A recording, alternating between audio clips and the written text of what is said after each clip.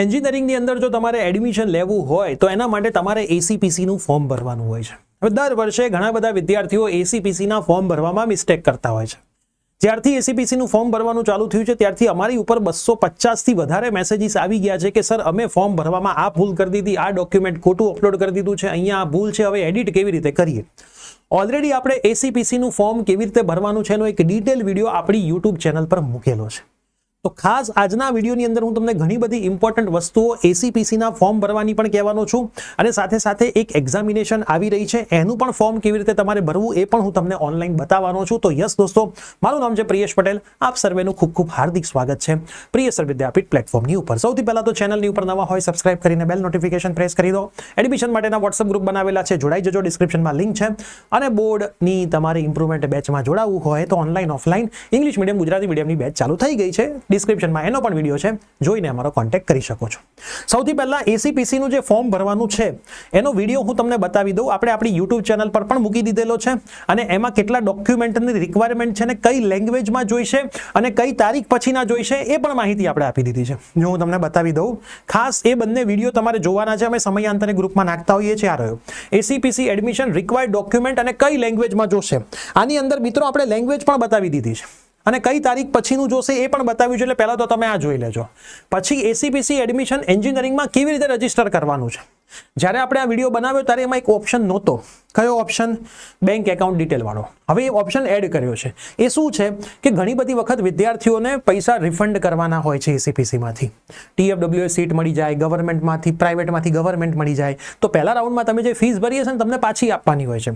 તો અહીંયા તમે જે બેંક એકાઉન્ટની ડિટેલ નાખશો એ ડિટેલ ઉપર તમને પૈસા પાછા આવી જશે. એટલે એટલા માટે છે, સેફ છે, કોઈ ચિંતા કરવાની જરૂર નથી. એટલે જ્યાં તમને ડિટેલ્સ માંગે છે ત્યાં તમારે ખાસ ડિટેલ ભરી દેવાની છે. તો આ વિડીયો અને આ વિડીયો બંને વિડીયો ખાસ જોઈને ફોર્મ ભરજો. એક પણ ભૂલ ના કરતા. જે ફાર્મસીના વિદ્યાર્થીઓ છે એ પણ આ જ વિડીયો જોઈને ફોર્મ ભરી શકે છે. ખાલી અંદર BE BTechના ઓપ્શનની જગ્યાએ તમારે ફાર્મસીના ઓપ્શનમાં જવાનું છે. સેમ આ વિડીયો ફાર્મસી માટે પણ ફોલો થશે. GCS માટે હજી ઓપન નથી થયું, થશે એટલે એનો વિડીયો પણ બનાવીશું.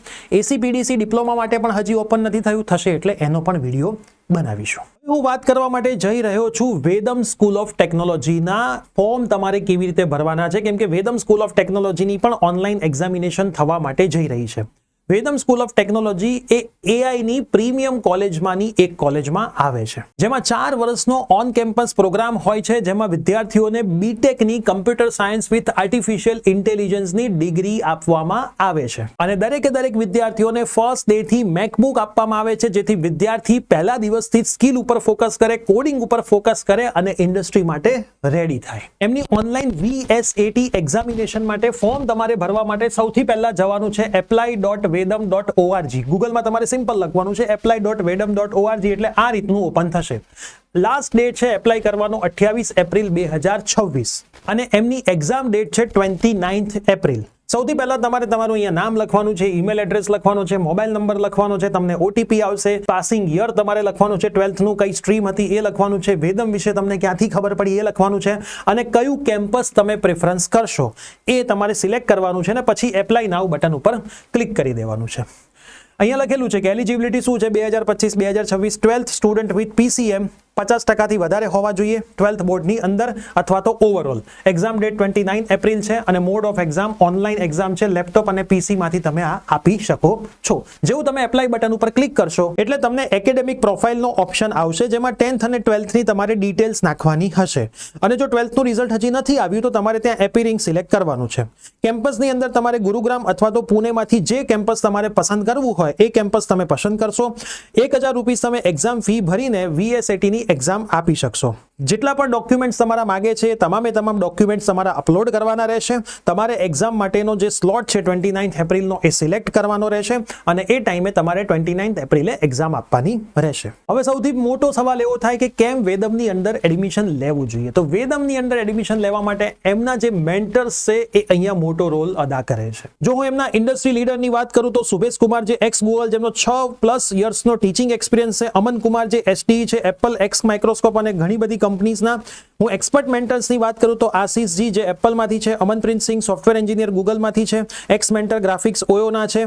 એના પછી એકતા શાહની વાત કરું તો data scientist MSCI board member of NMIMS છે, અને બ્રેડફોર્ડ ટુકફ્રીડ જે PhD છે, ઓથર અને ઇન્સ્ટ્રક્શન છે, અને 15+ આનાથી પણ વધારે ઇન્ડસ્ટ્રીના એક્સપર્ટ વિદ્યાર્થીઓને ગાઈડ કરે છે. 1000+ હાયરિંગ નેટવર્ક્સ એમનું રહી ચૂક્યું છે, જેમાં Google, Amazon, Microsoft, Meta, Apple, PayPal, Razorpay, Paytm, PhonePe, Flipkart, Walmart આ બધી જ કંપનીનો સમાવેશ થાય છે. વેદમનું જે ગુરુગ્રામનું કેમ્પસ છે ત્યાં સુશાંત યુનિવર્સિટીની અંદર આવેલું છે. પુણેનું કેમ્પસ છે જે અજંક્યા ડીવાય પાટીલ યુનિવર્સિટીની અંદર આવેલું છે, અને બંને UGC અપ્રુવ્ડ યુનિવર્સિટી છે. તો વેદમની અંદર VSAT થ્રુ આપણે એડમિશન લઈ શકો છો. 28 એપ્રિલ એપ્લાય કરવાની લાસ્ટ ડેટ છે, અને એક્ઝામની ડેટ 29 એપ્રિલ છે, અને મેરિટ ઉપર તમને અહીંયા સ્કોલરશિપ પણ મળે છે. તો હું લિંક ડિસ્ક્રિપ્શન બોક્સની અંદર આપી દઉં છું, તમે ત્યાંથી જઈને એપ્લાય કરી શકો છો અને વધારે ઇન્ફોર્મેશન મેળવી શકો છો. ફટાફટથી આ વિડીયો તમારા તમામ મિત્રોને શેર કરી દો. મળીએ છીએ આવી જ કોઈ નવી અપડેટની સાથે. ત્યાં સુધી બાય બાય, ટેક કેર.